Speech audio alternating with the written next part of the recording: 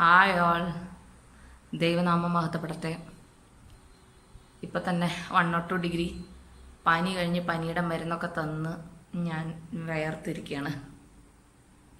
അതാണ് ഇപ്പോഴത്തെ അവസ്ഥ. നാളൊരു അൾട്രാസൗണ്ട് ഉണ്ട്. അതിൽ എൻ്റെ ദൈവത്തിൻ്റെ നാമം മഹത്വപ്പെടട്ടെ എന്ന് ഞാനൊരു വാക്ക് പറഞ്ഞിട്ടുണ്ട്. അത് ദൈവം നടത്തട്ടെ എന്ന് പറയണു.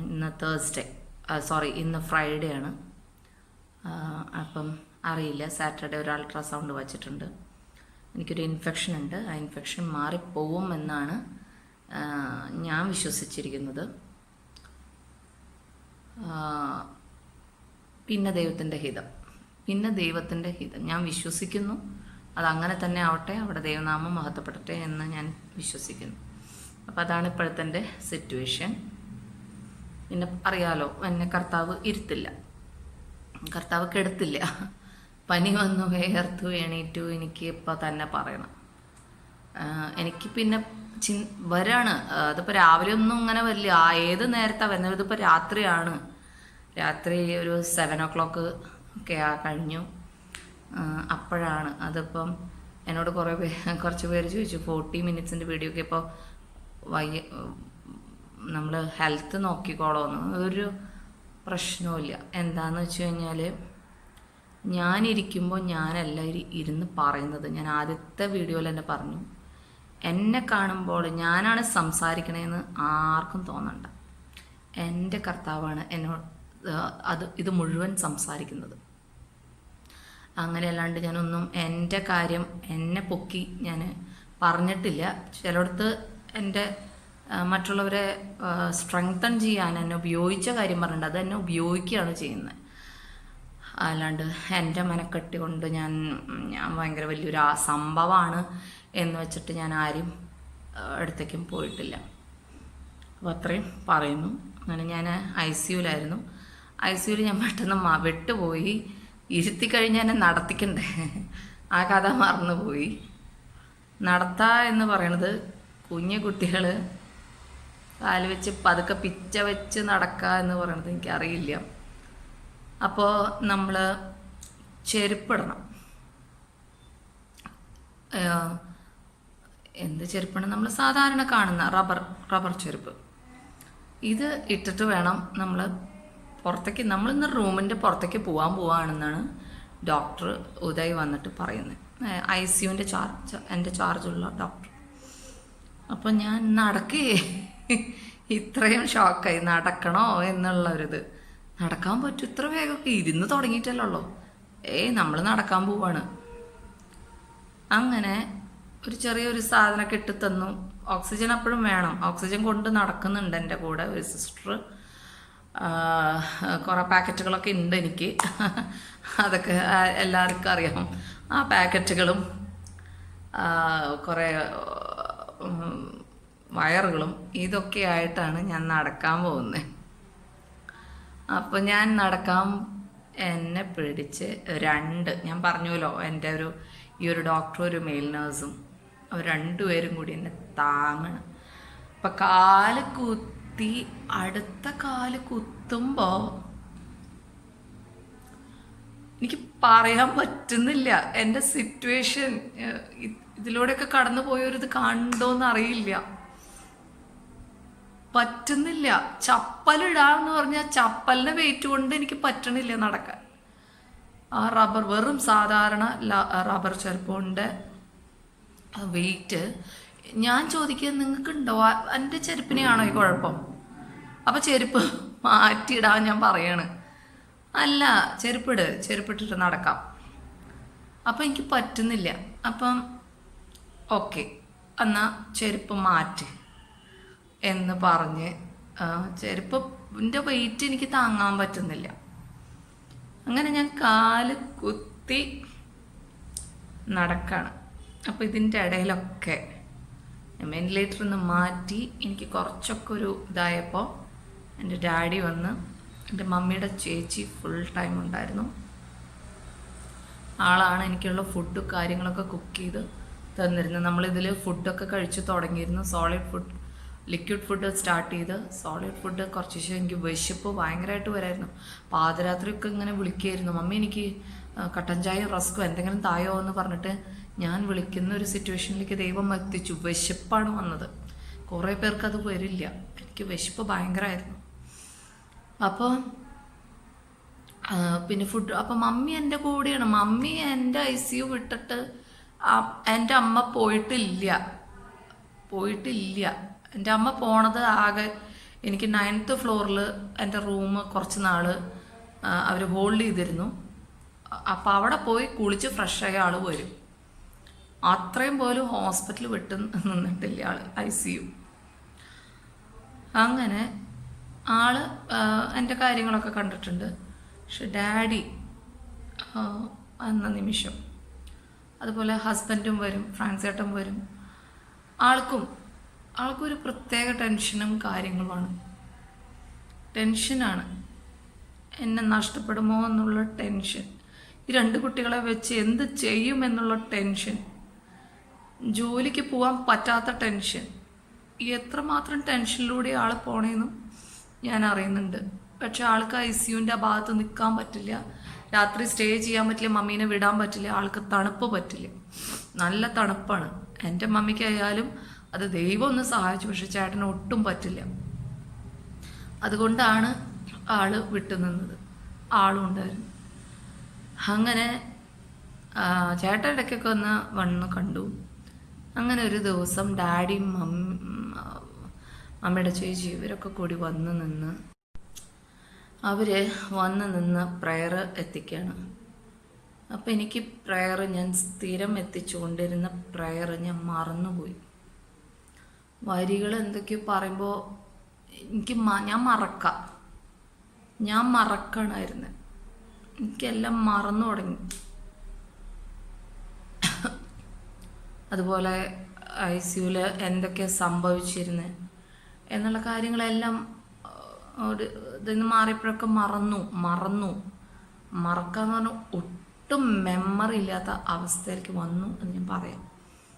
അങ്ങനെ എന്നെ നടന്ന് ഒരു റൗണ്ടാണെന്ന് പറയുന്നത് ഡോക്ടർ. അപ്പം ഞാൻ എനിക്ക് ഈ റൂമിൽ നിന്ന് പുറത്തിറങ്ങി അകത്തേക്ക് കയറിയാൽ മതി, അത്രയ്ക്കേ ഉള്ളൂ, എനിക്ക് പറ്റുള്ളൂ എന്ന് പറഞ്ഞു doctor. No, you keep faith,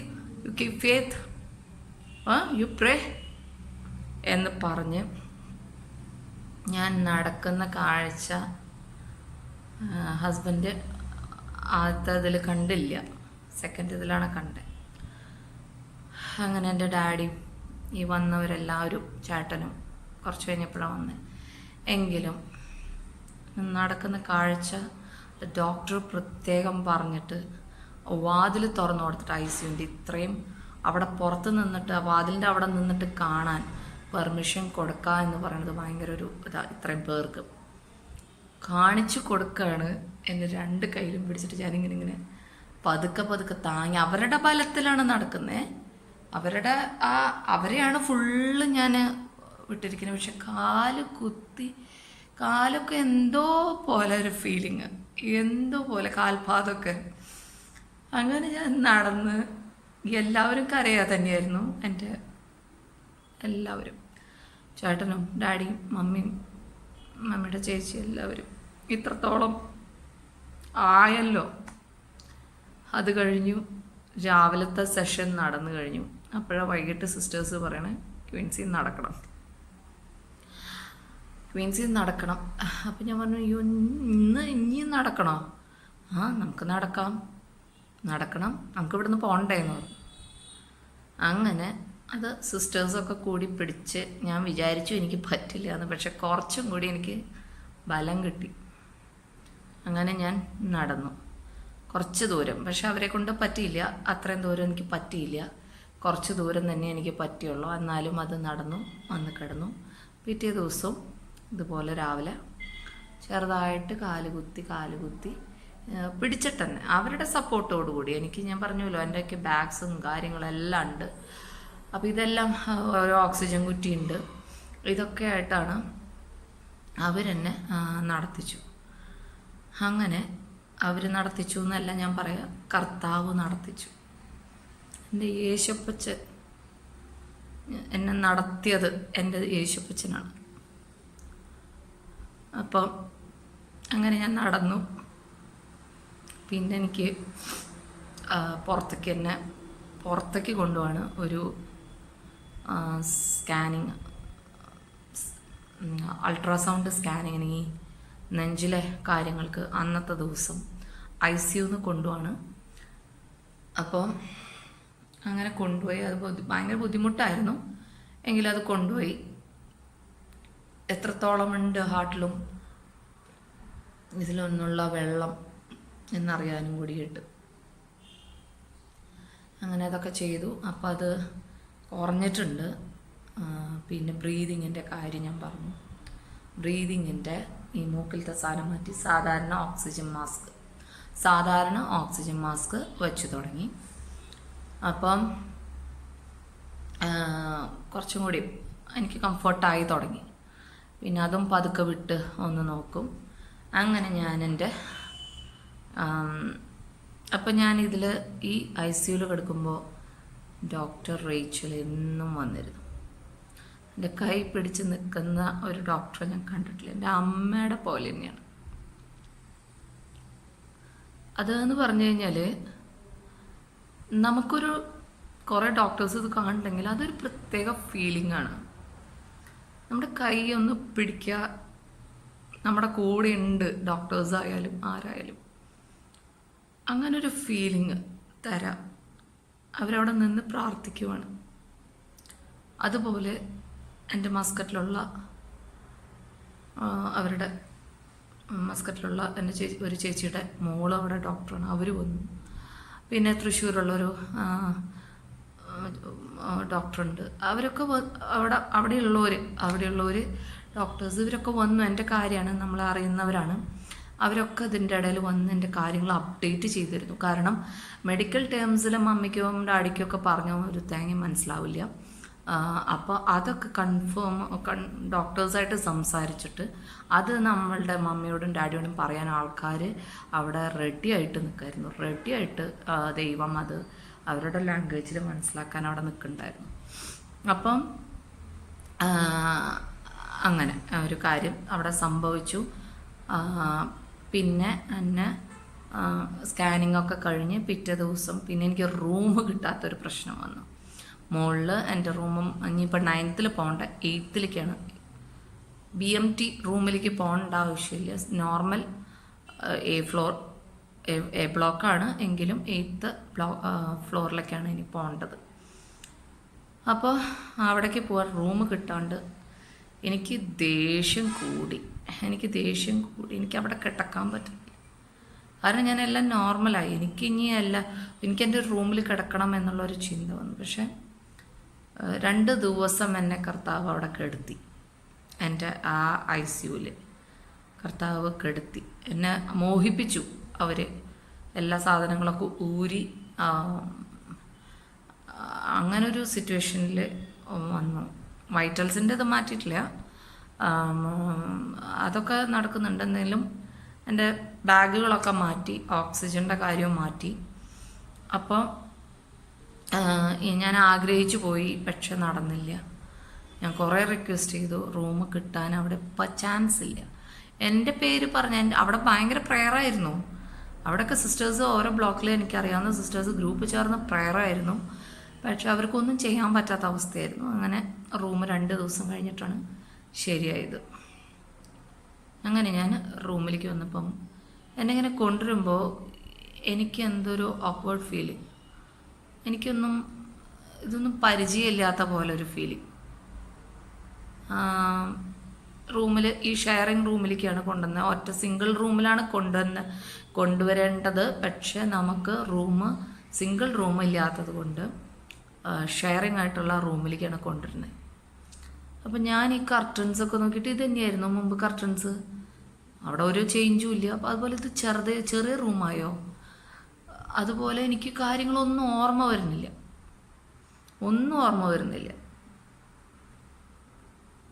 പിന്നെ എൻ്റെ ഡാഡി ഇടയിൽ ഞാൻ ഡാഡിയോട് ചോദിച്ചു, ഞാൻ ICUയിൽ എനിക്ക് എന്തൊക്കെയാണ് സംഭവിച്ചത് എന്നൊക്കെ. ഒരു ദിവസം ഡാഡി രാവിലെ വന്ന് ഇരിക്കുന്ന ഒരു സിറ്റുവേഷനിലേക്ക് എത്തി. അതെനിക്ക് വീണ്ടും ഒരു ഓക്സിജൻ്റെ ഒരു പ്രോബ്ലം വന്ന് വീണ്ടും എന്നെ ICUയിലേക്ക് കൊണ്ടുപോയി. പക്ഷേ രാവിലെ കൊണ്ടുപോയി വൈകിട്ടാകുമ്പോഴേക്കും എന്നെ അവിടെ നിന്ന് മാറ്റി സിംഗിൾ റൂമിലേക്കാണ് പിന്നെ അവിടെ കിട്ടിയത്. സിംഗിൾ റൂമിലേക്കാണ് കൊണ്ടുപോയത്. അങ്ങനെ ഞാൻ അവിടെ ഡാഡി ഒരു ദിവസം എൻ്റെ രാവിലത്തെ ഫുഡും കാര്യങ്ങളൊക്കെ കൊണ്ടുവന്നിട്ട് ഡാഡി ഇരിക്കുകയാണ്. അപ്പോൾ ഞാൻ ഡാഡിയോട് ചോദിച്ചു, എന്താ ഡാഡി സംഭവിച്ചത്, എന്തൊക്കെയാണ് സംഭവിച്ചത്? എനിക്കൊന്നും ഓർമ്മയില്ല എന്ന് പറഞ്ഞു. അപ്പോൾ ഡാഡി പറഞ്ഞു, നീയേ ഇങ്ങനെയൊക്കെയാണ് കഴിഞ്ഞു വന്നത്, ഞാൻ കണ്ടിട്ടില്ല, ഇതൊക്കെ അവർ പറഞ്ഞിട്ട് എനിക്കറിയാം. നീ ഫസ്റ്റ് ചോദിച്ചത് എന്താണെന്നറിയോ, നീ റെഡ് കറണ്ട് ഐസ്ക്രീം വേണമെന്നൊക്കെ പറഞ്ഞു. ഇതൊക്കെ പറയുമ്പോൾ എനിക്ക് ഏത് സിനിമയിലത്തെയാന്ന് പറയാൻ എനിക്ക് ഓർമ്മയില്ല. ഇന്നലെ എന്ന് പറഞ്ഞ സിനിമ പോലെ ശോഭനയുടെ അവസ്ഥയായിരിക്കും. എനിക്ക് മനസ്സിലാവുന്നില്ല, ഒട്ടും ഓർമ്മ വരുന്നില്ല. അപ്പോൾ ഡാഡി സ്റ്റോപ്പ് ചെയ്യേ, എൻ്റെ ഹാർട്ട് ബീറ്റ് കൂടാ, എനിക്കൊന്നും ഓർമ്മ വരുന്നില്ല, ഓർമ്മകൾ എടുത്ത് പറ്റണില്ല. അപ്പോൾ ഡാഡി പറഞ്ഞു ഓക്കെ നിർത്തി. ഡാഡി നിർത്തി. ഞാൻ തന്നെ ചോദിച്ചിട്ടാണ് ഡാഡി അത് പറഞ്ഞു തുടങ്ങിയത്. പക്ഷെ എനിക്ക് ഒട്ടും ഓർമ്മ വരാണ്ടായപ്പോൾ പിന്നെ ഡാഡി അതവിടെ നിർത്തി. അങ്ങനെ അവിടെ ഫിസിയോതെറാപ്പിസ്റ്റ് വന്നു, എന്നെ നിർത്തി എക്സസൈസുകൾ കാലിൻ്റെയും കൈൻ്റെയും, കാരണം എല്ലാം തളർന്ന് പോലെ ഫീലിംഗ് ആണ്. അപ്പോൾ അതെല്ലാം പറഞ്ഞു തന്ന് അതെല്ലാം നല്ല മെടുക്കോട് കൂടി ചെയ്യാണ്. അങ്ങനെയാണ് ഇരിക്കുമ്പോഴാണ് എനിക്ക് ലങ്സിലും അതിലത്തെയും വെള്ളം എത്രത്തോളം ഉണ്ട്, കുറച്ചും കൂടി ഉണ്ട്, അത് ഇനി കുത്തിയെടുക്കണോ എന്നുള്ളൊരു ഇതിൽ കാർഡിയോളജി, പൾമനോളജി, ഇൻഫെക്ഷൻ ഡിപ്പാർട്ട്മെൻറ്റിൽ നിന്ന് ഡോക്ടേഴ്സ് വരുന്നത് സെപ്പറേറ്റ് ടൈമിൽ. അപ്പം ഞാൻ പറഞ്ഞു അതൊന്നും ചെയ്യേണ്ടി വരില്ല, അതൊക്കെ എൻ്റെ ദൈവം മാറ്റും. ഇനി ഞാൻ ഇത്രയും ഞാൻ സഹിച്ചിട്ടാണ് ഞാൻ വന്നിരിക്കുന്നത്, ഇനി എനിക്ക് ദൈവം അങ്ങനെ തരില്ല എന്ന് പറഞ്ഞു. അതുപോലെ തന്നെ നടന്നു. പിന്നെ സ്കാൻ ചെയ്ത് ഞാൻ പറഞ്ഞുല്ലോ, ഞാൻ പ്രേ ചെയ്യുമ്പോൾ അതൊക്കെ നേരത്തെ പറഞ്ഞതാണ്, കേട്ടവർക്ക് ബോറടിക്കണ്ട എന്ന് പറഞ്ഞിട്ടൊരു സൗണ്ട് കേട്ടു, ഇങ്ങനൊരു കാറ്റ് വന്ന് പോകുന്ന ഒരു എഫക്റ്റ്. അത് ഞാനൊരു പ്രത്യേക പ്രെയർ ഉണ്ട്, എൻ്റെ സിസ്റ്ററിലോ വന്നിരിക്കുമ്പോൾ അവളോട് എത്തിക്കാനാണ് പറയണത്. എനിക്ക് കണ്ണൊക്കെ ശരിയായി വരണുള്ളൂ, കണ്ണൊക്കെ ആ ബ്ലഡിൻ്റെ അത് പോയി തുടങ്ങണുള്ളൂ. അപ്പോൾ അവളോട് എത്തിക്കാനാണ് പറഞ്ഞത്. അവളങ്ങനെ അത് എത്തിച്ച് തുടങ്ങിയതുമാണ് എനിക്ക് ഈ ഫീലിംഗ് വന്നത്. അപ്പോൾ ഞാൻ ആ ഡോക്ടറോട് പറഞ്ഞു, എൻ്റെത് വറ്റിപ്പോയി, എൻ്റെ വെള്ളം വറ്റിപ്പോയി, അത്രയും പറഞ്ഞ് പവർഫുൾ ആയിട്ട് പറഞ്ഞു. അതുപോലെ തന്നെ ദൈവം നടത്തി, ആ വെള്ളം വറ്റി അങ്ങനെ പോയി.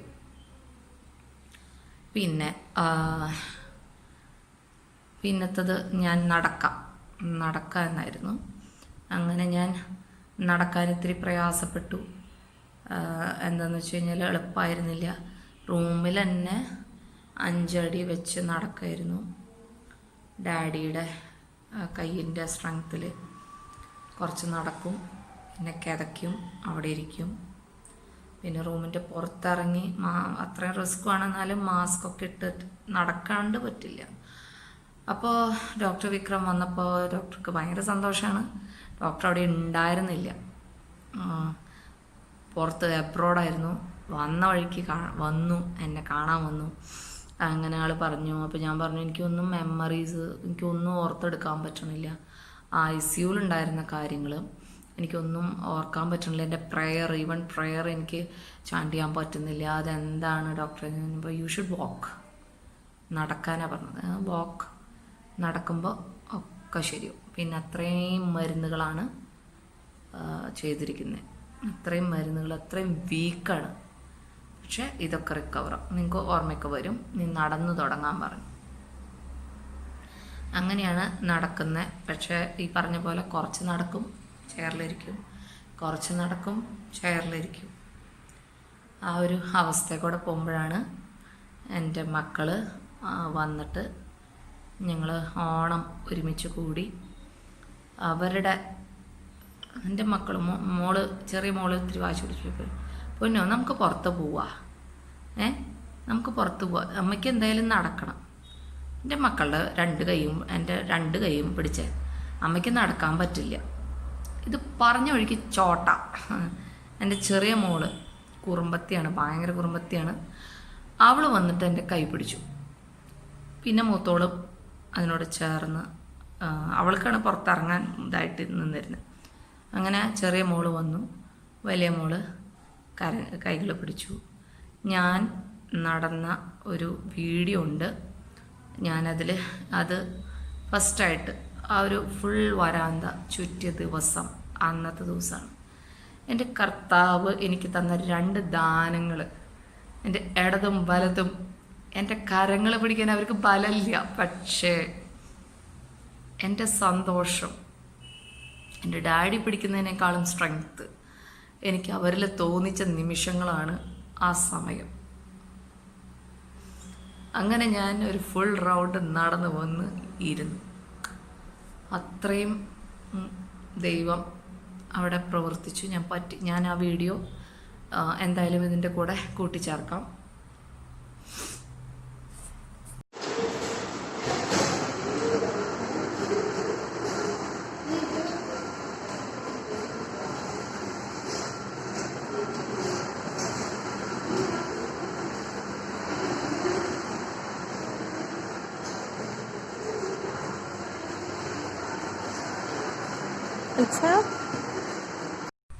നിങ്ങൾ വീഡിയോ കണ്ടു എന്ന് വിചാരിക്കുന്നു. അപ്പോൾ അതിൽ കാണാമല്ലോ, എൻ്റെ 2 മക്കളെയും കാണാം. കഴിഞ്ഞ കൊല്ലാണ് ഇത് നടന്നത്, 2019 സെപ്റ്റംബർ ആ ഓണത്തിൻ്റെ സമയത്ത്. പിന്നെ അവിടെ നിന്ന് ഞാൻ നടക്കും, എനിക്കിതിൽ നിന്ന് പുറത്ത് പോകണം. അപ്പോഴാണ് സ്കിൻ GVHD വരുന്നത്. സ്കിൻ GVHD ചൊറിച്ചിലൊക്കെ വന്ന് ഇതൊക്കെ ചൊറിഞ്ഞ് ദേഹം മുഴുവൻ ചൊറിഞ്ഞ് ഉറക്കല്ലാത്ത ചൊറിച്ചിൽ. അതൊരു സംഭവം തന്നെയായിരുന്നു. അപ്പോൾ അവർ അതിൻ്റെ ബയോപ്സി എടുക്കാൻ വരും. മീൻസ് അത് GVHD ആണോ അതോ വല്ലതോ ആണോ വേറെ വല്ലതോ ആണോ ടെസ്റ്റ് എടുക്കാൻ, GVHDയുടെ ടെസ്റ്റ് എടുക്കാൻ. അത് ഇവിടെ നിന്നാണെന്ന് തോന്നുന്നു, ഈ ഭാഗത്തായിരുന്നു. ഈ ഭാഗത്തുനിന്ന് ഒരു ലോക്കൽ തന്ന് ഒരു സ്കിന്നിൻ്റെ ഒരു ചെറിയ പോർഷൻ അവരെടുക്കുകയാണ്. അതുകൊണ്ട് ഇവിടെ ഒരു കളറ് ഉണ്ടാവും. അത് ഒരു സ്കിന്നിൻ്റെ ഒരു പോർഷൻ അവരെടുക്കുകയാണ്. അപ്പോൾ അവിടെ ഇഞ്ചക്ഷൻ കുത്തുമ്പോൾ അതൊക്കെ ചെറിയ വേദനയായിട്ട് എനിക്ക് തോന്നിയിട്ടുള്ളൂ. അങ്ങനെ അതിനെ കൊണ്ടുപോയി പ്രയർ എത്തിച്ചു. കാരണം അത് വലിയൊരു സംഭവം ആവരുത് എന്ന്. അതുപോലെ തന്നെ ദൈവം പ്രവർത്തിച്ചു. അത് അത്രത്തോളം വലിയ GVHD ആയിരുന്നില്ല. അതിനുള്ള മരുന്ന് തന്നു, അത് മാറി. പിന്നെ അങ്ങനൊരു സംഭവം നടന്നു. പിന്നെയാണ് ഞാൻ പറഞ്ഞ കാൽസ്യത്തിൻ്റെ പ്രോബ്ലം. കാൽസ്യം എൻ്റെ ബോഡിയിൽ ബ്ലഡിൽ കാണുന്നു കൂടുതൽ. പാരതൈറോയിഡ് ഉണ്ട്, അത് റിമൂവ് ചെയ്യാണ്ട് പറ്റില്ല. പക്ഷെ ഇപ്പോൾ ഒന്നും ചെയ്യാൻ പറ്റില്ല എന്ന് പറഞ്ഞിട്ട് ഇരിക്കുന്ന അവസ്ഥ. അങ്ങനെ പോവാണ് എൻ്റെ കാര്യങ്ങൾ. പിന്നെ പാരതൈറോയിഡ് സർജറി പിന്നെ ഇവിടുന്ന് വിട്ടു. കുറച്ച് നാളുകൾ കിടക്കേണ്ടി വന്നു. എന്നാലും ഓക്കെ ആയിപ്പം ഒരു ഫിസിയോതെറാപ്പിസ്റ്റും ഡോക്ടർ പോയി കാണാൻ പറഞ്ഞു. മസിൽസ് എല്ലാം ലൂസാവും, അല്ലെങ്കിൽ നമ്മളൊന്നും എക്സസൈസും ഇത്രയും വീക്കായതല്ല, കാലുമെന്നും കൈമെന്നൊക്കെ മസിൽസ് വിട്ട് വരും. അപ്പോൾ അതിന് വേണ്ടിയിട്ട് ഫിസിയോതെറാപ്പി ചെയ്ത് 2 ദിവസത്തെ ഒരു ഫിസിയോതെറാപ്പി, കുറച്ച് എക്സസൈസുകൾ പറഞ്ഞു, അതെല്ലാം മുടക്കല്ലാണ്ട് ചെയ്ത് അത് പറ്റി. എന്നാലും ഒരു 10 അടി വെക്കുമ്പോൾ ഈ പറഞ്ഞ പോലെയാണ് ആയിരുന്നത്. കാലുമൊക്കെ നീരുണ്ടായിരുന്നു, അതൊക്കെ ദൈവം സഹായിച്ചു, അതൊക്കെ മാറി. അങ്ങനെ ഞങ്ങൾ ഇതിൻ്റെ ഇടയിൽ ഞങ്ങൾ ബേസ് ചെയ്തതിൽ നിന്ന് മാറി താമസിക്കേണ്ട ഒരു സിറ്റുവേഷൻ വന്നിരുന്നു. എങ്കിലും അവിടുത്തെ അച്ഛൻ ഞങ്ങൾക്കുള്ള പ്രാർത്ഥന അവർ നിർത്തിയില്ല. അവർക്ക് അവിടെ ഞങ്ങൾക്ക് മാറേണ്ടി വന്നത്, എനിക്ക് ഒറ്റയ്ക്കൊരു റൂം വേണം. എൻ്റെ ചെറിയ മോൾ ഇടയ്ക്ക് വന്ന് നിന്നിരുന്നു. പിന്നെ ഡാഡിയും മമ്മിയുണ്ട്. അപ്പോൾ അതിൻ്റെ സൗകര്യം അവിടെ ഇല്ല. അതുകൊണ്ട് ഞങ്ങൾ അവിടെ നിന്ന് മാറി നിൽക്കേണ്ടി വന്നു. എനിക്ക് ഒട്ടും ഇഷ്ടമുണ്ടായിരുന്നില്ല. പക്ഷെ എൻ്റെ സിറ്റുവേഷൻ അതായിരുന്നു. അതുകൊണ്ട് ഞങ്ങൾ നേരത്തെ ട്രാൻസ്പ്ലാന്റൊക്കെ മുമ്പ് തന്നെ അവിടെ നിന്ന് മാറി നിന്നുവെങ്കിലും എനിക്കുള്ള പ്രയറും കാര്യങ്ങളും എൻ്റെ ആ 7:30 ആകുമ്പോൾ അവിടെ എല്ലാവരും എനിക്ക് വേണ്ടി പ്രാർത്ഥിക്കുന്നുള്ള ഒരു വിശ്വാസത്തിൽ തന്നെയാണ് ഞാൻ പോയിരുന്നത്. ഞാൻ ആ അച്ഛനായിട്ട് കോൺടാക്ട് ചെയ്യാൻ അച്ഛൻ വന്നിട്ടുണ്ടായിരുന്നു. അങ്ങനെ പല കാര്യങ്ങളും ഞാൻ പറഞ്ഞില്ല, അച്ഛന് ഭയങ്കര ഒരു അനുഭവം തന്നെയാണ്. അങ്ങനെയാണ് അവിടുത്തെ കാര്യങ്ങൾ പോയിരുന്നത്. അപ്പം ഞങ്ങളൊരു അവിടുത്തെ ഫ്ലാറ്റ് എന്ന് പറയാം. ഫ്ലാറ്റ് എന്ന് പറഞ്ഞു കഴിഞ്ഞാൽ ഒരു ചെറിയ ബെഡ്റൂം എനിക്ക് കിടക്കാം, വേറൊരു ചെറിയൊരു ബെഡ്റൂം ദൈവം ഒരുക്കി തന്നു. അതെടുക്കാതെ പറ്റില്ലായിരുന്നു, ഇത്രയും ആൾക്കാർ നിൽക്കല്ലേ. കാരണം മമ്മിക്ക് ഫുൾ ടൈം എൻ്റെ കൂടെ നിൽക്കേണ്ടി വരും. ഡാഡിക്ക് മാർക്കറ്റിൽ പോലും ബില്ലടയ്ക്കാം, ഹോസ്പിറ്റലിൽ പോകാനും ഒക്കെ ഒരാൾ വേണം. പിന്നെ എൻ്റെ ചെറിയ മോൾക്കും മറ്റേ മോൾക്ക് വെക്കേഷനൊക്കെ ആണെങ്കിൽ വന്ന് നിൽക്കാം. അപ്പം അങ്ങനെ ഒരു ചെറിയ സൗകര്യം ദൈവം ഒരുക്കി തന്നിരുന്നു. നല്ലൊരു സ്ഥലത്ത് തന്നെ ഒരുക്കി തന്നു. ഭയങ്കര ചൂടായിരുന്ന സമയത്ത് എൻ്റെ അവിടെ ഞാൻ AC നോക്കിപ്പോയതാണ്. പക്ഷേ AC അധികം ഇടേണ്ടി വന്നില്ല. നല്ല തണുപ്പ് കൂളിംഗ് ഉള്ള ഒരു റൂം. അതൊക്കെ എക്സ്ട്രാ ആണ് എൻ്റെ കാര്യങ്ങൾ പോകുന്നതെന്ന് അറിയാം. ഞാൻ ലാഗ് ചെയ്യുന്നുണ്ട്. എന്നാലും ഞാൻ പറയാണ്, ദൈവം കറക്റ്റ് സമയത്തിനെല്ലാം ഒരുക്കി തരാണ്. പിന്നെ അവിടെ ഒരു ഓട്ടച്ചേട്ടൻ ഞങ്ങൾക്ക് വേണ്ടി കിടക്കുന്ന പോലെയാണ്. ആ ചേട്ടനായിട്ട് ഭയങ്കര കമ്പനിയായി. അപ്പോൾ എൻ്റെ ഡാഡിക്ക് നാട്ടിലേക്ക് വരെ പോകാൻ പറ്റി, പല കാര്യങ്ങളും. പിന്നെ അയാളാണ് ഫുഡ് കൊണ്ടുവന്നിരുന്നത്. മറ്റേത് രാവിലത്തെ ഫുഡ് ഡാഡി കൊണ്ടുവന്ന് കഴിഞ്ഞ് കഴിഞ്ഞാൽ ഉച്ചക്കലത്തെ ഫുഡ് കൊണ്ടുവരാൻ ഡാഡി പോവും. അങ്ങനെ ഒരു എഫക്റ്റ് ആയിരുന്നു. അപ്പോൾ അയാളോട് പറഞ്ഞ് അയാളുടെ കയ്യിൽ ഫുഡ് കൊടുത്തു. അയാൾ ഒരു ഹെൽപ്പിങ്, പൈസ കൊടുക്കണം, എന്നാലും കുഴപ്പമില്ലല്ലോ. പൈസ കൊടുത്താലും ഇന്നത്തെ ആൾക്കാർ ചെയ്യണ്ടേ, ഉച്ച നേരത്ത് നമുക്കൊരു ഫുഡ് കൊണ്ടുവന്ന് തരാം. അങ്ങനെ കുറേ തമിഴന്മാർ ഭയങ്കര സ്നേഹമുള്ളവരാണ്, ഭയങ്കര സ്നേഹമുള്ളവരാണ്. നമ്മൾ ഏത് രാത്രി വിളിച്ചാലും, ഏത് രാത്രി ഇപ്പോൾ ചേട്ടനും മക്കളും വരുന്നുണ്ട് കൊണ്ടുവരാൻ പറഞ്ഞാലും, അല്ലെങ്കിൽ ഡാഡിക്ക് എങ്ങനെയും പോകേണ്ടി അങ്ങനെയൊക്കെ വിളിച്ചാലും അവിടെയുള്ളവർ നമ്മൾ പരിചയപ്പെട്ടവരൊക്കെ വരും. പിന്നെ അത് കഴിഞ്ഞു ഞാൻ പിന്നെ വീട്ടിലെത്തി. ഞാൻ നടക്കുന്നുണ്ട്, ചെക്കപ്പിന് പോകുന്നുണ്ട്. അപ്പം എനിക്കൊരു എന്തോ ഒരു വൈറസ് അതിനൊരു ഗ്യാൻസൈക്ലോവിർ ഇഞ്ചക്ഷൻ്റെ പേര് എനിക്കറിയാം. അപ്പോൾ CMV ആണെന്ന് തോന്നുന്നു. CMV ടെസ്റ്റ് പോസിറ്റീവ് കാണിക്കാം, എന്തൊരു വൈറസ് കയറി. അപ്പോൾ അതൊരു 7 ദിവസത്തെ ഇഞ്ചക്ഷൻ, രാവിലെ വരണം വൈകിട്ട് വരണം, 2 നേരം വെച്ച് ആ ഇഞ്ചക്ഷൻ എടുക്കാൻ വരണം.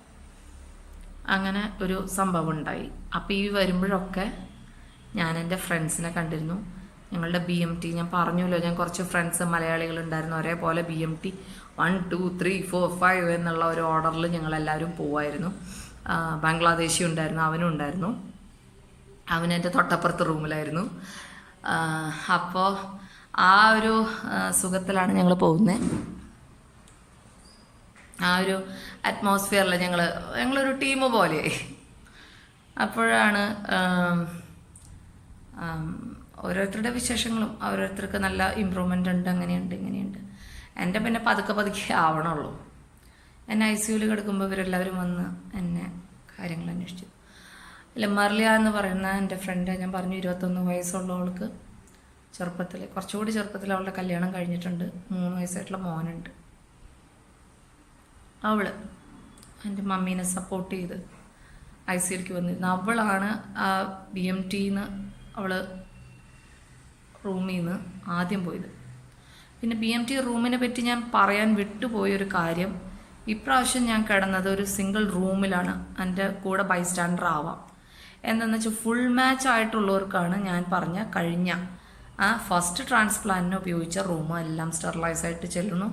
ഇതും അങ്ങനെ തന്നെ, ഫുഡൊക്കെ അതേ കാര്യം. പക്ഷേ സിസ്റ്റർമാരൊക്കെ അടുത്ത് തന്നെയുണ്ട്. പക്ഷെ നമുക്കൊരു ബൈസ്റ്റാൻഡർ ഫുൾ ടൈം നിൽക്കണം.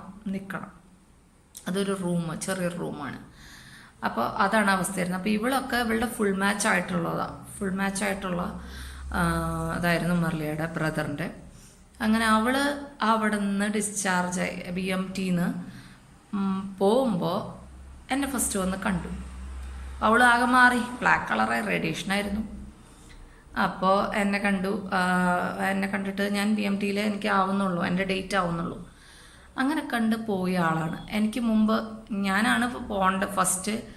ഇതെല്ലാം കഴിഞ്ഞ് ഇറങ്ങേണ്ട ആള്. പക്ഷെ എനിക്ക് ഇങ്ങനെ കോംപ്ലിക്കേഷൻസ് വന്ന കാരണം ഇതേ കൂടെയൊക്കെ പോയി എന്നെ കാണുന്നത് ആ സമയങ്ങളിലാണ്. അപ്പോൾ ഞങ്ങൾ കണ്ടുമുട്ടി വിശേഷങ്ങൾ പറഞ്ഞു തുടങ്ങി. ചേച്ചിയെ എന്തൊക്കെ ഞങ്ങൾ പ്രാർത്ഥിച്ചു, ഇങ്ങനെയുള്ള വിശേഷങ്ങൾ. അതുപോലെ ക്യാൻസർ ക്ലോവർ ഇഞ്ചക്ഷൻ വയ്ക്കുമ്പോൾ എപ്പോഴും ബംഗ്ലാദേശി അവനും ഉണ്ട്, അവൻ്റെ പേര് ഫാഹിം എന്നാണ്. അവനും ഉണ്ട്. അവനും ഈ പറഞ്ഞ പോലെ 21-22 ഇയേഴ്സൊക്കെ ആയിട്ടുള്ളൂ. അപ്പോൾ അവനെന്താണെന്ന് വെച്ചാൽ അവനെ കംപ്ലീറ്റ് ഗൂഗിൾ നോക്കി സെർച്ച് ചെയ്യും.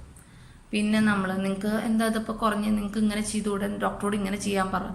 അപ്പം അങ്ങനത്തെ ഒരു ആളാണ്. അപ്പം ഞാൻ അവനോട് പറയും, നീ കൂടുതൽ ഇതൊന്നും സെർച്ച് ചെയ്യണ്ട, കൂടുതൽ ഇങ്ങനത്തെ കാര്യങ്ങൾ സെർച്ച് ചെയ്യാൻ പോകണ്ട, എന്താണ് ഈ വൈറസ് എന്ന് അറിയുമോ എന്നൊക്കെ ചോദിച്ചിട്ട് ഞാൻ പറഞ്ഞു, ഞാൻ ഒന്നിൻ്റെയും പുറകെ പോകാറില്ല.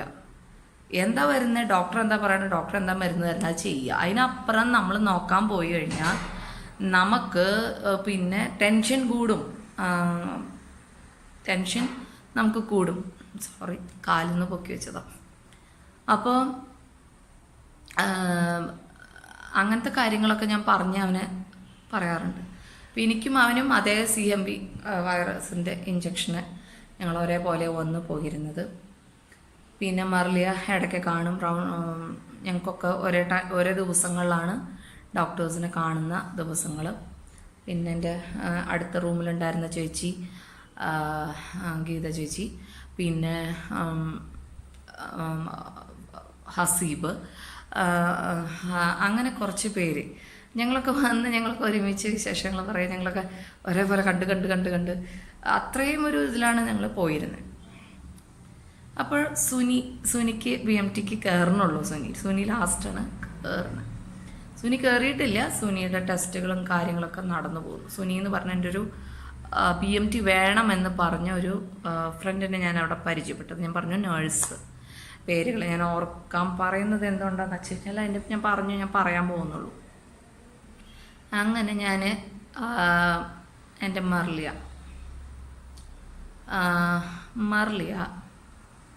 മർലിയ ഫസ്റ്റ് ഫുൾ മാച്ചായിട്ട് പോയിരുന്ന എല്ലാം കൗണ്ട്സും 10,000 WBC, platelets 2 lakhs, HP 12 point something, എല്ലാം നന്നായി പോയിരുന്ന ഒരു കുട്ടിയായിരുന്നു. വളരെയധികം ബുദ്ധിമുട്ടിയിട്ടുണ്ട് കേട്ടോ അവൾ വളരെയധികം ബുദ്ധിമുട്ടിയിട്ടുണ്ട്. കാരണം ഹസ്ബൻഡ് അബ്രോഡാണ്, അവർ ജോലി ശരിയായിട്ട് പോയിട്ടുള്ളൂ, കാശ് വേണം, അങ്ങനത്തെ ഒരു സിറ്റുവേഷനിലൂടെയാണ്. അപ്പം അവൾ തന്നെയാണ് അവളുടെ കീമോനുള്ള പൈസ അടയ്ക്കാൻ പോണതും കീമോൻ്റെ മരുന്ന് വാങ്ങിച്ചു വരുന്നതും ഇതൊക്കെ അവൾ തന്നെയായിരുന്നു. അവൾ തന്നെ എല്ലാ ബില്ലുകൾ അടയ്ക്കാൻ പോലും. അവരെ കൂടെയുള്ള ഉമ്മയ്ക്കൊന്നും അത്രയും നോളജ് ഇല്ല. ആ കുട്ടി വളരെയേറെ കഷ്ടപ്പെട്ടിട്ടുണ്ട്. പിന്നെ 3 വയസ്സായിട്ടുള്ള മോനാണ്. പക്ഷെ അവളത് സർവൈവ് ചെയ്തില്ല. അവൾ എപ്പോഴും കാണുമ്പോൾ ചേച്ചി എനിക്ക് അതേ കാലും അതേ നോക്കിയാൽ ചേച്ചി കാലും അതേ ചൊറിച്ചിലുണ്ട്, ഇപ്പോഴും ചൊറിച്ചിലുണ്ട്, ഇങ്ങനെ ചൊറിഞ്ഞു. അതുപോലെ കാലുമൊക്കെ ഓരോ മുഴകളും, അത് സർജറി ചെയ്തു. മഞ്ഞപ്പിത്തം പൈലോബറിൻ കൂടിയിട്ട് മഞ്ഞപ്പിത്തം, ജോണ്ടീസ് തന്നെ ഏത് നേരം അങ്ങനെ വന്നു. അവളുടെ സിറ്റുവേഷൻ വേഴ്സായി. ഞാൻ ഹോസ്പിറ്റലിൽ പോയിട്ട് ഞാൻ അവളെ ICUലാക്കുന്നതിന് മുമ്പ് ജസ്റ്റ് ഞാൻ എൻ്റെ ചെക്കപ്പിന് പോയപ്പോൾ ഡിസംബറിലൊക്കെ ആയിട്ട് ഞാൻ അവളെ കാണാൻ പോയപ്പോൾ കണ്ടു. ഞാൻ അവളെ ഫെബ്രുവരി വരെ ഞാൻ കണ്ടു, ഫെബ്രുവരി വരെ. പിന്നെ ഞാൻ മാർച്ചിൽ വന്നപ്പോൾ കേൾക്കുന്നത് അവൾ ICUലായി. അപ്പോൾ മെസ്സേജ് ചെയ്യാറുണ്ട് വാട്സപ്പിൽ. എങ്കിലും ചേച്ചി എനിക്ക് പനിച്ചു തുടങ്ങി, എനിക്കിത് സിറ്റുവേഷൻ മാറുന്നില്ല, എൻ്റെ ചേച്ചി പ്രാർത്ഥിച്ചോളൂ, എൻ്റെ വീട്ടിലും കുറച്ച് പ്രശ്നങ്ങളുണ്ടായി എന്ന് പറഞ്ഞു. എനിക്ക് ടെൻഷൻസ് വന്നു എന്നൊരു കാര്യം പറഞ്ഞു. ഞാനിത് പറയണതിൻ്റെ കാര്യം, ഹസ്ബൻഡ് വീട്ടിൽ കോപ്പറേഷൻ കുറവായിരുന്നു. അങ്ങനെ അവൾക്ക് ആ ടെൻഷൻ വന്നോടുകൂടി ആ കുട്ടി പൈസയുടെ ടെൻഷനായിരിക്കും മെയിൻ, പിന്നെ ആരും സഹായിക്കാൻ വരാത്ത ടെൻഷൻ, പല ടെൻഷനുണ്ട്.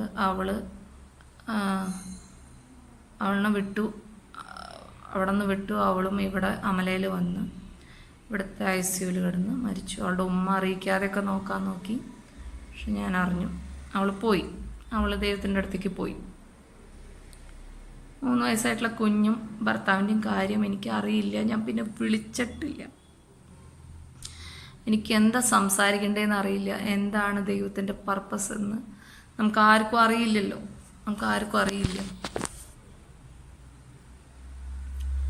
അതുപോലെ തന്നെയാണ് അവൾ നല്ല മിടുക്കിയായിരുന്നു. പിന്നെ സുനിയായിട്ട് എനിക്ക് ഭയങ്കര കമ്പനിയായി. എൻ്റെ പാരത്താരോട് സർജറിയുടെ സമയത്ത് ഞങ്ങളൊരു റൂമാണ് ഷെയർ ചെയ്തിരുന്നത് സർജറി കഴിഞ്ഞിട്ട്. അപ്പോൾ അവളും BMTക്ക് വെയിറ്റ് ചെയ്ത് കൗൺസൊക്കെ കൂടി സന്തോഷമായി. യേശുപ്പച്ചൻ്റെ പ്രാർത്ഥന കേട്ടോട്ടെ ചേച്ചി എന്നൊക്കെ പറഞ്ഞ്, ചേച്ചിയുടെ ഇത് ചുമ മാറട്ടോ എന്നൊക്കെ പറഞ്ഞ് അവളും BMT റൂമിലേക്ക്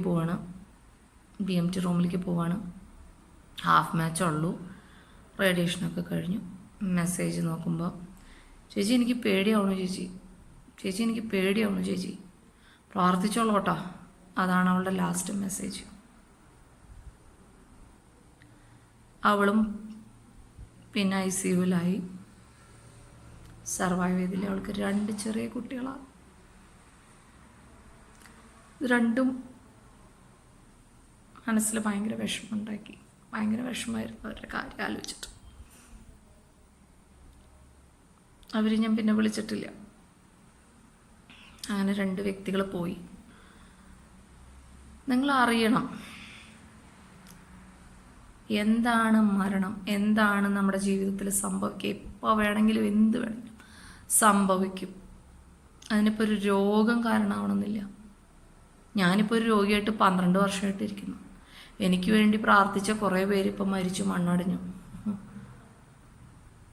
എൻ്റെ കാലത്ത് എനിക്ക് അസുഖമായിട്ടിരിക്കുമ്പോൾ ഹെൽത്തി ആയിട്ട് നടന്ന് എനിക്ക് വേണ്ടി പ്രാർത്ഥിച്ച കുറേ പേരിന്നില്ല. അപ്പോൾ കർത്താവിൻ്റെ പർപ്പസൊക്കെ തിരിച്ചറിയുക. അപ്പോൾ നമ്മുടെ സമയം എപ്പോഴാണെന്ന് അറിയാത്ത കാരണം അത് നമ്മൾ വേഗത്തിൽ ഉപയോഗിക്കലുണ്ട്. യേശു വരുന്നത് കാത്ത് ഇരിക്കുന്ന ഒരവസ്ഥയല്ല ഞാൻ പറയണത്. നമ്മുടെ സമയം, നമ്മൾ കണ്ണടയ്ക്കുന്ന സമയം, അതാണ് എൻ്റെ യേശു വരുന്ന സമയം. അപ്പോൾ നമ്മൾ കണ്ണടയ്ക്കുന്നവരെ നമ്മൾ എന്തെല്ലാം ചെയ്യാൻ പറ്റും നമ്മളതൊക്കെ ചെയ്യുക. ഇങ്ങനെ ഒരു ദിവസം എനിക്കും വരും. നാളെ എൻ്റെ പേര് ഓർക്കണമെങ്കിൽ എത്ര പേർക്ക് നല്ല പേരുണ്ട്. കല്ലറയിലൊക്കെ അടിച്ചു വെച്ചിരിക്കുന്ന പേരുകളൊക്കെ കണ്ടു കഴിഞ്ഞാൽ ഭയങ്കര പേരുകളാണ്. പിന്നെ വാക്കുകൾ, എഴുതി വച്ച വാക്കുകൾ. ഞാൻ നല്ല ഓട്ടം തികച്ചു, പൗലോസ്ലീഹ പറഞ്ഞ വാക്ക്, ഞാൻ നല്ല ഓട്ടം തികച്ചു,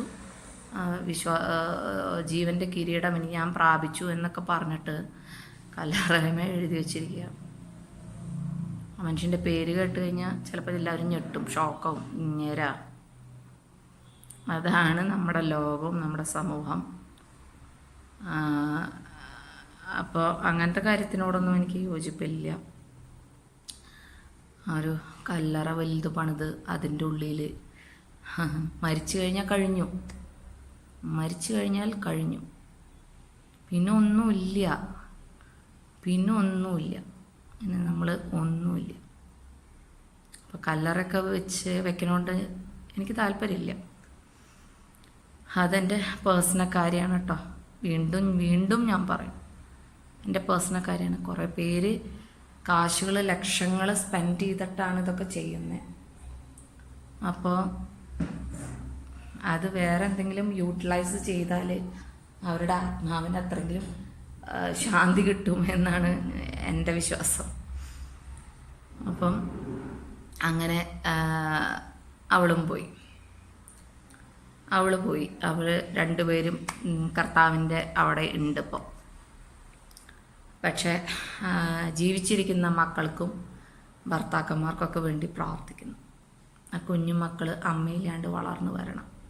ഞാൻ എൻ്റെ സ്ഥിതിയായിട്ട് കമ്പയർ ചെയ്യുക. അപ്പം ഞാൻ പ്രാർത്ഥന കൂടുമല്ലോ നമുക്ക്. ദൈവം നോക്കും അവരെ.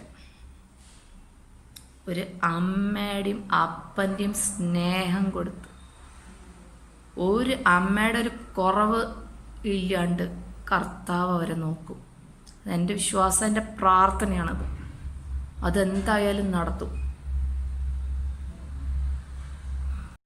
അങ്ങനെ ആ 2 ഫ്രണ്ട്സിനെ എനിക്ക് നഷ്ടമായി, ലിസ്റ്റിൽ പെട്ടു. പിന്നെ ഞാൻ ICUവിൽ ഒരു ശ്രീലങ്കക്കാരത്തി കുട്ടി ഉണ്ടായിരുന്നു അടുത്ത റൂമിൽ. 12 വയസ്സായിട്ടുള്ളൂ. അപ്പോൾ അവർ ശ്രീലങ്കയിൽ നിന്ന് ഒരു കീമോ ചെയ്ത് അത് സക്സസ് ആയില്ല. കുട്ടി വളരെ മോശം കണ്ടീഷനിലേക്ക് പോയി. അവർ വെല്ലൂർ വന്നിരിക്കുകയാണ്. അപ്പോൾ അവരും ന്യൂമോണിയ വന്നിട്ടാണ് വന്നിരിക്കുന്നത്. ആ കുട്ടി വന്ന അതേ കിടപ്പാണ്, വെന്റിലേറ്ററിൽ. അപ്പോൾ ആ കുട്ടിയുടെ അമ്മ, അമ്മയുടെ അനിയത്തി, അപ്പ, ഇവരാണ് ഉള്ളത്. അപ്പം മിക്കവാറും ICUവിൽ സ്റ്റേ ചെയ്യുമ്പോൾ എൻ്റെ മമ്മിയുടെ അടുത്ത് അവരുടെ അമ്മ തന്നെയായിരിക്കും, അമ്മയുടെ അനിയത്തിയായിരിക്കും ഉണ്ടാവാറ്. രാത്രിയൊക്കെ നമുക്ക് അവിടെ കിടക്കാൻ സോഫ ഉണ്ട്. കുറച്ച് പേര് ഇരുന്നുറങ്ങും, ചിലവർ കിടന്നുറങ്ങും, അങ്ങനെ. അപ്പം അവരോടും ധൈര്യം ഉറപ്പിച്ച് പോന്നിരുന്നു. പിന്നെ അവരൊന്നും വന്ന് പ്രയേഴ്സ് എത്തിക്കും. ഒരു സോങ്, ഒരു പാട്ട് പാടും. ഈവൺ ആ പാട്ട് എനിക്ക് വരെ ഇങ്ങനെ കേൾക്കാം. അപ്പുറത്തെ റൂമിൽ നിന്നാണ്. അത്ര ഇതിൽ 2 പേരും, ആ കുട്ടിയുടെ അമ്മയുടെ അനിയത്തിയും അമ്മയും കൂടിയിട്ട് എന്നും പാട്ടുകളൊക്കെ പാടും. ആ പാട്ട് തന്നെ, അതേ പാട്ട് റിപ്പീറ്റ് ചെയ്ത് എല്ലാ ദിവസവും വന്ന് പാടും. പക്ഷെ റെസ്പോണ്ട് ചെയ്യണില്ല കുട്ടി, ഒട്ടും റെസ്പോണ്ട് ചെയ്യണില്ല. ബ്രെയിനൊന്നും വർക്കാവാണ്ടായി. അങ്ങനെ ആ ഒരു മോള് യാത്ര പോയി. പ്രാർത്ഥിച്ചിരുന്ന ഒരു വ്യക്തിയാണ് ഞാൻ. അവൾക്ക് വേണ്ടിയിട്ട് അവളുടെ കാര്യം അന്വേഷിക്കാനൊക്കെ പറഞ്ഞിരുന്നു. അപ്പോൾ അങ്ങനെ ഒരു മോള് പോയി. എന്ത് ചെയ്യാം? അപ്പോൾ അങ്ങനത്തെ കുറച്ച് മരണകാര്യങ്ങൾ, വർത്തമാനങ്ങൾ അതിൻ്റെ ഇടയിലുണ്ടായി. ഇതൊക്കെ എന്നെ വെന്റിലേറ്ററിൽ നിന്ന് എടുത്തിട്ടാണ് ഇതൊക്കെ സംഭവിക്കുന്നത്. അപ്പോൾ വീണ്ടും എന്നെ കർത്താവോടെ ഇരുത്തിയിരിക്കുക, യേശു വീണ്ടും ഇരുത്തിയിരിക്കുക. കാൽസ്യത്തിൻ്റെ പ്രോബ്ലം, ഈ ഗാൻസൈക്ലോവർ വൈറസിൻ്റെ പ്രോബ്ലം, ഇതിനൊക്കെ ഇങ്ങനെ വന്ന് പോകുന്നുണ്ട്. അങ്ങനെയാണ് കാൽസ്യത്തിൻ്റെ പ്രോബ്ലം കൂടിയപ്പം അത് വേഗം സർജറി ചെയ്യാം. തൈറോയ്ഡ് ഡോക്ടർ, എൻഡോക്രിനോളജിസ്റ്റിനെ കാണിക്കാൻ പറഞ്ഞു. അവരെ കാണിച്ച് അവർ പറഞ്ഞു അത് വേഗം റിമൂവ് ചെയ്തില്ലെങ്കിൽ ബോൺസൊക്കെ വീക്കാവും. ആ ഒരു തീരുമാനത്തിലെത്തി. അത് സർജറി ചെയ്യാമെന്ന് പറഞ്ഞു. സർജറിക്ക് ഡേറ്റ് അവിടെ കിട്ടണമെങ്കിൽ ഭയങ്കര ബുദ്ധിമുട്ടാണ്. പക്ഷെ ദൈവം സഹായിച്ചു. ഞങ്ങൾ ഒക്ടോബറിൽ അഡ്മിറ്റാക്കി. ഒക്ടോബറിൽ തന്നെ ഡേറ്റ് ശരിയായി. അങ്ങനെ ഈ സർജറിക്ക് കൊണ്ടുപോയി. സർജറിക്ക് എനിക്കുണ്ടായിരുന്നൊരു കോൺഫിഡൻസ്, ഇത് ചെയ്തത് മീൻസ് ഇത് ചെയ്യുമ്പോൾ നല്ല എക്സ്പീരിയൻസ് ഡോക്ടർ, വലിയ പ്രായമായിട്ടുള്ള ഡോക്ടറോട് ചെയ്യുന്നത്. പക്ഷേ അതിൻ്റെ കൂടെ ഈ ഞാൻ പറയാറുള്ള എൻ്റെ ഗൈനക്കോളജി ഡോക്ടർ റേച്ചലിൻ്റെ മരുമകൻ ഉണ്ടായിരുന്നു. അവിടെ ദൈവം അത് നോക്കാണ്. ഓരോ കാര്യങ്ങളും എൻ്റെ അങ്ങനെ പോകുന്നത്. എനിക്കൊരു പരിചയമില്ലാത്ത ഡോക്ടേഴ്സാണ്, സർജൻസ്, എൻഡോക്രിനോളജിസ്റ്റ് സർജൻസ് ചെയ്യാൻ പോകുന്നത്. അപ്പോൾ അവിടെയും ഒരു പരിചയപ്പെടുത്തൽ. അങ്ങനെ ഞാൻ കെടുത്തി, ഞാനുണ്ട് കേട്ടോ എന്ന് സർജറിക്ക് മുമ്പ്, ഒന്നും പേടിക്കണ്ട കേട്ടോ ഞാനിവിടെ ഉണ്ട് എന്നുള്ളൊരു വാക്ക് ആ ഡോക്ടർ വന്ന് തന്നു. അങ്ങനെ സർജറി ചെയ്തു. ഓർമ്മ കെടുത്തിയിട്ടാണ് ചെയ്തത്. ചെയ്ത് കഴിഞ്ഞ് ഓർമ്മ വന്നപ്പോൾ എന്നെ റൂമിലേക്ക് കൊണ്ടുവന്നു.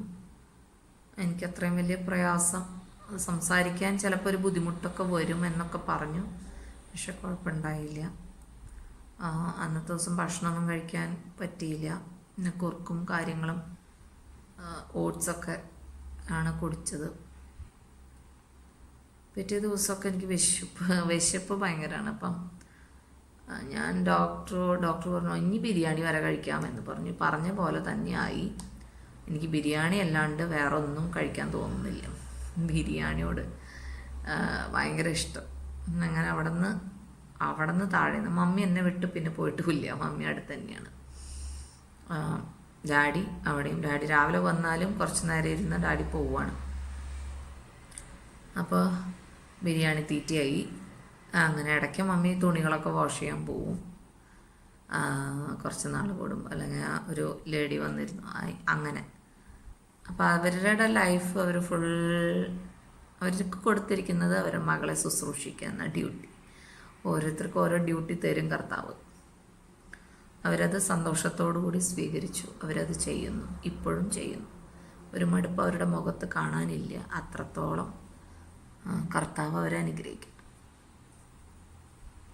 പിന്നെ പിന്നെയുള്ളത് ഈ ഹോസ്പിറ്റല് പാരത്തൈറോയ്ഡ് സർജറി കഴിഞ്ഞിട്ട് എനിക്ക് കിടക്കേണ്ടി വന്നപ്പം എനിക്കൊരു ചുമ അങ്ങോട്ട് പിടിച്ചു. അന്നത്തെ ദിവസം ആ സർജറിയുടെ തലേദിവസം ചുമ സ്റ്റോപ്പായി തന്നെ. പിറ്റേ ദിവസം സർജറിയുടെ അന്നും ചുമ ഉണ്ടായിരുന്നില്ല. പിന്നെ പിറ്റേ ദിവസം ഉണ്ടായില്ല. പിന്നെയും ചുമ അങ്ങ് വന്നു. വീണ്ടും നമ്മുടെ പഴയ പൾമനോളജിസ്റ്റൊക്കെ വന്ന് വീണ്ടും ഈ വീസിങ്ങിലേക്ക് വരുന്ന ഒരു അവസ്ഥയാണിപ്പം. അങ്ങനെയൊക്കെ പറഞ്ഞ് പുതിയൊരു സംഭവം പഫ് അടിക്കുക. ഞാനിതുവരെ അത് ഉപയോഗിച്ചിട്ടില്ല, പക്ഷെ അത് തന്നു. അങ്ങനെ അതിൻ്റെ കാര്യം എന്തോ നോർമലാവാൻ വേണ്ടി ഡോക്ടറോട് 2 ആഴ്ചയോളം കിടത്തി. കിതപ്പ് മാറാനും അവിടുത്തെ വന്ന അസുഖം മാറിപ്പോവാനും ഡോക്ടേഴ്സ് അവിടെ കിടത്തി തന്നെ. അപ്പോൾ അങ്ങനെ ദിവസങ്ങൾ അവിടെ സ്പെൻഡ് ചെയ്യേണ്ടി വന്നു. അത് കഴിഞ്ഞിട്ട് പിന്നെ എനിക്ക് വലിയ കുഴപ്പങ്ങളൊന്നും ഉണ്ടായില്ല. കാൽസ്യമൊക്കെ നോർമലായി. ഞാൻ ചെക്കപ്പിന് നവംബറിൽ വന്നു. നവംബറിൽ വന്നപ്പോൾ ഡോക്ടർ നവംബർ ലാസ്റ്റ് വീക്ക് എന്നെ നാട്ടിലേക്ക് വിടാണ് ഫസ്റ്റ്. ഞാൻ നാട്ടിൽ വന്നു. ഞാൻ പിന്നെ പറഞ്ഞു ക്രിസ്മസ് ആഘോഷിച്ചു. പിന്നെ എൻ്റെ കാര്യം മാർച്ചിലാണ് പിന്നെ എൻ്റെ കൗണ്ട്സ് കുറഞ്ഞു വരുന്നത്. കൗണ്ട്സ് കുറഞ്ഞു വന്ന് പിന്നെ റിലാപ്സ് ആയിട്ടുള്ള സ്റ്റേജിലാണ് ഞാനിപ്പം നിൽക്കുന്നത്. സെക്കൻഡ് ട്രാൻസ്പ്ലാന്റും റിലാപ്സായി. അപ്പോൾ അമലയിലാണ്, തൃശ്ശൂർ അമല ഹോസ്പിറ്റലാണ് ട്രീറ്റ്മെൻറ്റ് നടക്കുന്നത് ഇപ്പം. അപ്പോൾ ആ ഒരു സിറ്റുവേഷനാണ് ഇപ്പം എൻ്റെ. നമ്മൾ ബ്ലഡ് കുറയുക, ബ്ലഡ് കയറ്റുക, പ്ലേറ്റ്ലെറ്റ് കുറയുക, പ്ലേറ്റ്ലെറ്റ് കയറ്റുക, പനി വരിക, അഡ്മിറ്റ് ആവുക, കംപ്ലീറ്റ് ഡിപ്പെൻഡൻസി. എല്ലാ ആഴ്ചയും ഡോക്ടറെ വന്ന് കാണണം, എല്ലാ ആഴ്ചയും ബ്ലഡ് ടെസ്റ്റ്, എല്ലാ ആഴ്ചയും. അങ്ങനെ വലിയ കുഴപ്പമില്ലാണ്ട് പനി വന്ന് ഒരു 5 ദിവസം 7 ദിവസമൊക്കെ എടുത്തിട്ട് ഞാൻ ഡിസ്ചാർജ് ചെയ്ത് പോണ ആളാണ്. പക്ഷെ ഇപ്രാവശ്യം ഇപ്പം 3rd വീക്ക് കഴിഞ്ഞു, ഇപ്പോഴും പനി. അപ്പോൾ ആ ഒരു സിറ്റുവേഷനാണ് ഇപ്പോഴത്തെ എൻ്റെ അവസ്ഥ. ഓക്കെ, ബാക്കി നാളെ.